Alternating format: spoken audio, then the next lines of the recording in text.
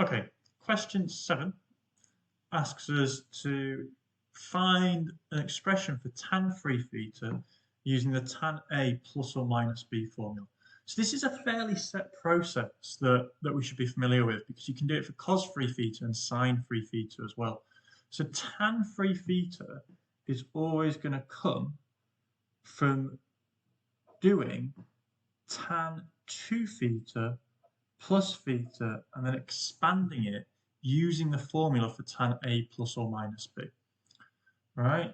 So the formula for tan A plus or minus B, I'll just pop here, it's on the formula sheet. Right? We should have tan A plus tan B over 1 minus tan A tan B. Right, that's on the formula, that's given to you on the formula B. Sorry, I should have plus minus and minus plus. So what it's saying is that when the plus is there, we've got a plus on the top and a minus on the bottom. When it's a minus there, it's a minus on the top and a plus on the bottom. That's why the bottom one's upside down.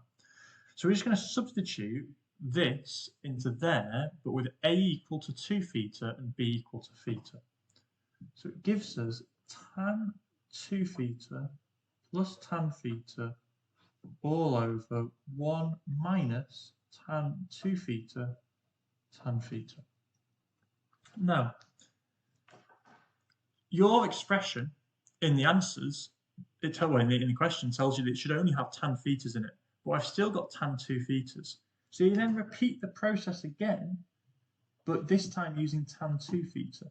Now again, tan 2 theta can either be done as tan theta plus theta and placed into that formula above, or you might know it, right? And if you know it, it's 2 tan theta, 1 minus tan squared theta. Now, this is going to depend on how much practice you've had using these formulas. The more practice you will have done, the more likely you are to have memorized them and be able to use them easily. But that's how we do it. If not, we put theta and theta in twice, so that you've got theta plus theta is 2 theta, then the expansion there. So I'm going to substitute this in. Now, we've already got one fraction, and we're substituting another fraction in. So we've got to be really careful here, right, of how we lay this out. So I'm going to put and think of it as having little fractions and big fractions.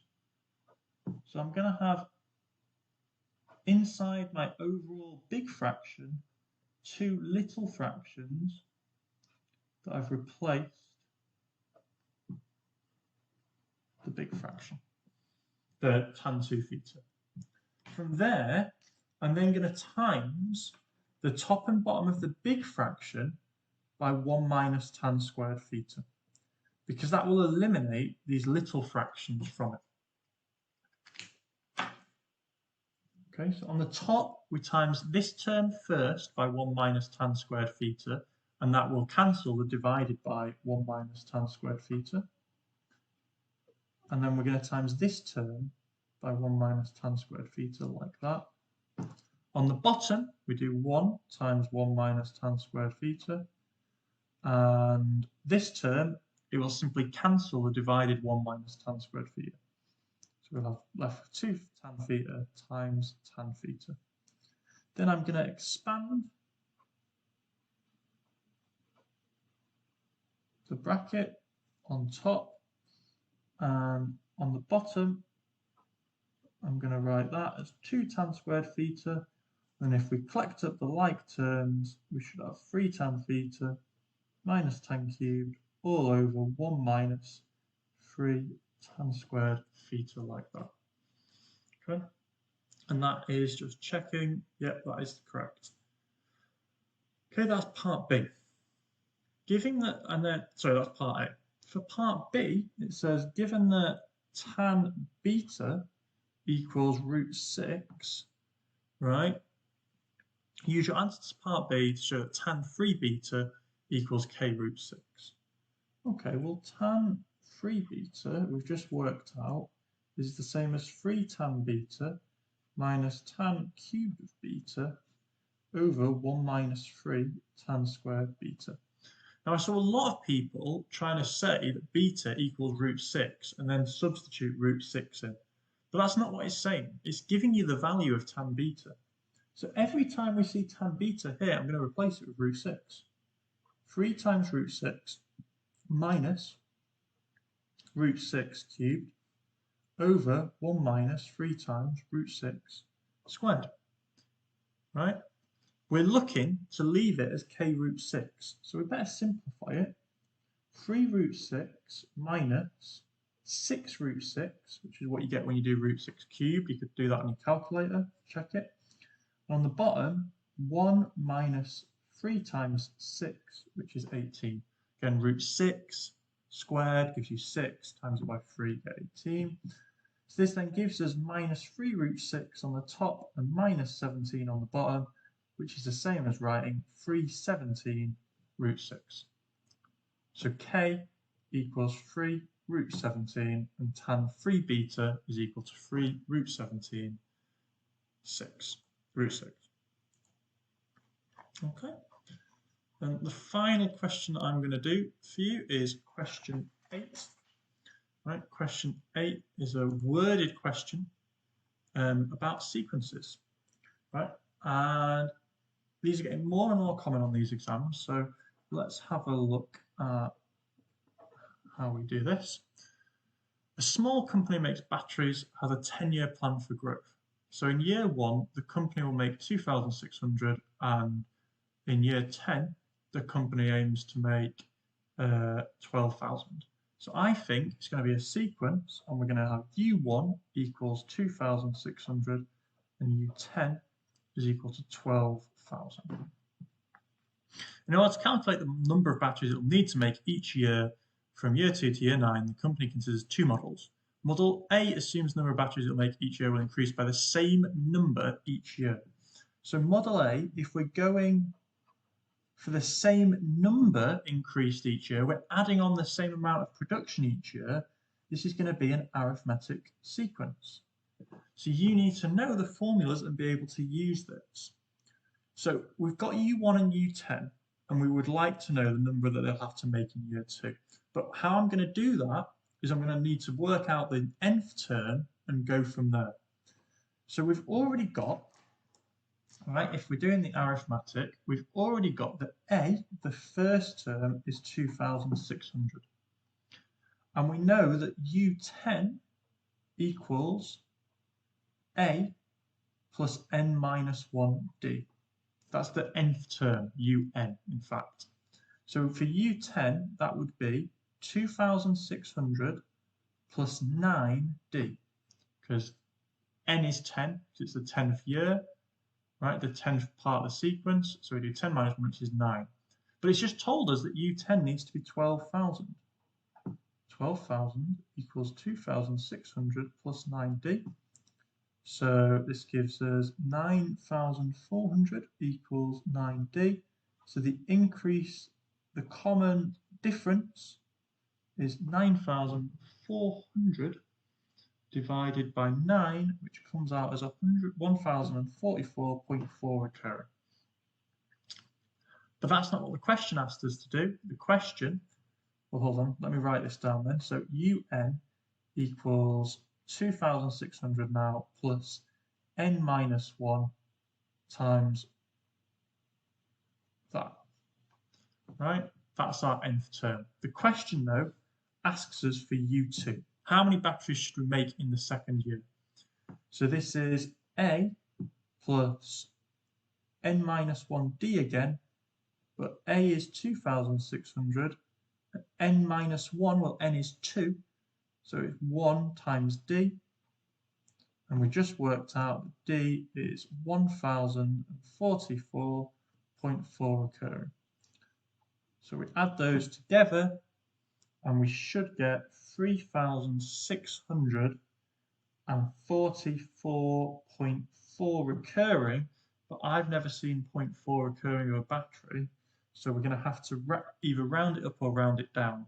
And actually, for this question, you could write 3,644 or 3,645, and you get full marks. Okay, so either one they accepted, but I would have rounded it and I would have said 3,644, I think, but either one is fine. So that's model A. On the other hand, part B talks about model B. Model B is the same percentage increase. And I think this is what threw a lot of people. This means it's a geometric series. Because if we're increasing by a certain percentage each year, it means you're timesing the last year's production by a constant. Let's say you're increasing by 10% each year. You'd have to take the number of batteries you made the previous year and times by 1.1. That's a 10% increase, isn't it? Think back to your GCSE maths. So this is a geometric. Again, we've got U1 equals 2,600. So that tells us that N is 2,600. UN is given by A R to the N minus 1, where R is the common ratio. So we've then got U10 equals 2,600 times R to the power of 9. But we know that we need 12,000 to be 2,600 times R to the 9 because we want U10, the 10th year, to be 12,000. So we're going to have to divide those two. And that would be R9. And then to find out what R is, we're going to have to take the 9th root of that. So let's have a look, see what that gives us. I've got it here to 3 decimal places. It says that R is 1.185. Again, though, it asks us how many did we make in the second year. So U2 is equal to, again, ARN minus 1.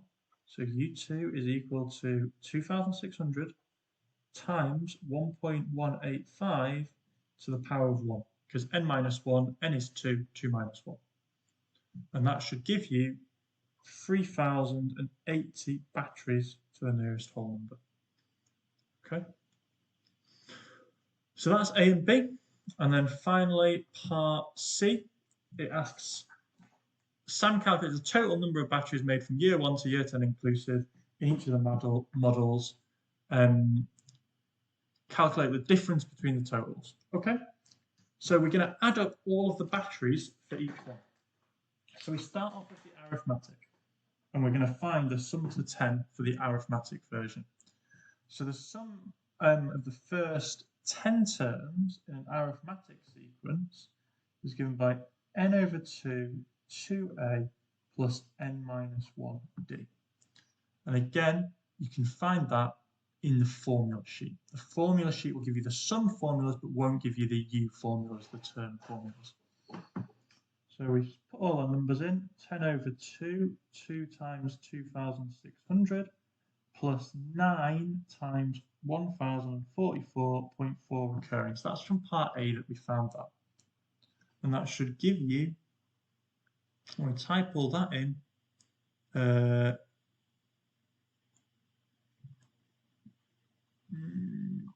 give you a number, which I'm going to have to work out as well. So bear with me. 5 times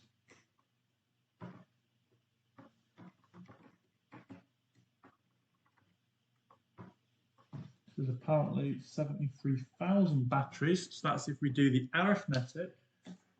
By contrast, if we do the geometric, the one numbers from part B, the formula that we're using there is A and then Rn minus 1 over R minus 1. So this is 2,600, 1.185 to the power of 10 minus 1 all over 1.185 minus 1. Again, that is available for you on the formula sheet. So then what we've got is another thing to work out. On my calculator, type it in.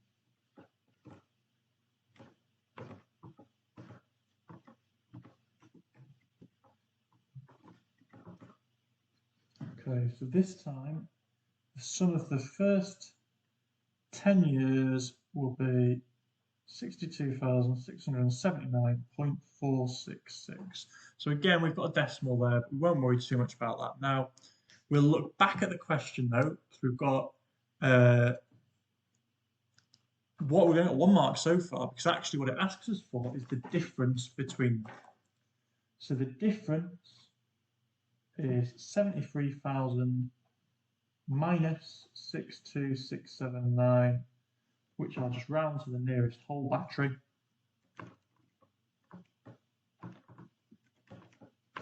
This gives me 10,321 is the difference between them. I've got 2 marks out of 3 so far, and I will drop a mark if I don't notice that it asks me to do it to the nearest 100. Okay, calculate the difference between the two totals, giving you answer to the nearest 100 batteries. So it's 10,300, which is the difference in batteries, and that's question 8.